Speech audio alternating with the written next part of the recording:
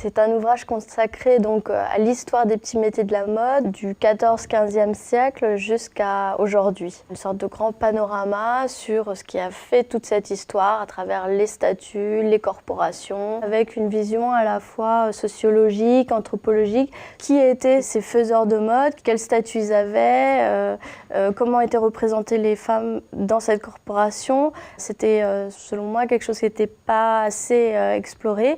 Et puis surtout, c'était une manière de me faire ouvrir les portes de tous ces artisans, tous ces gens qui œuvrent un peu dans l'ombre des grandes maisons de couture, comme Le Sage ou le bottier Massaro. C'est vraiment ce lien entre le passé et le présent qui m'intéressait de retracer dans cet ouvrage. La plupart des métiers de la mode étaient exercés par les hommes. C'est simplement autour du XVIe siècle que les femmes ont pu occuper une place prépondérante parce qu'on jugeait malséant que ce soit aux hommes d'habiller les femmes.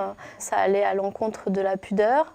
Les hommes ont eu très tôt le souci de se parer, peut-être même davantage que les femmes. Ils n'hésitaient pas donc au départ à présenter une carrure d'envergure avec des pourpoints qui étaient remplis de coton de façon à leur donner comme ça une ossature beaucoup plus impressionnante. Les femmes ont emprunté des accessoires de mode qui initialement étaient masculins, notamment les tricornes, les chapeaux de feutre qu'elles utilisaient à la chasse. Cette coquetterie, finalement, qu'on attribue aujourd'hui beaucoup plus aux femmes, initialement, c'était plus les hommes qui l'exprimaient.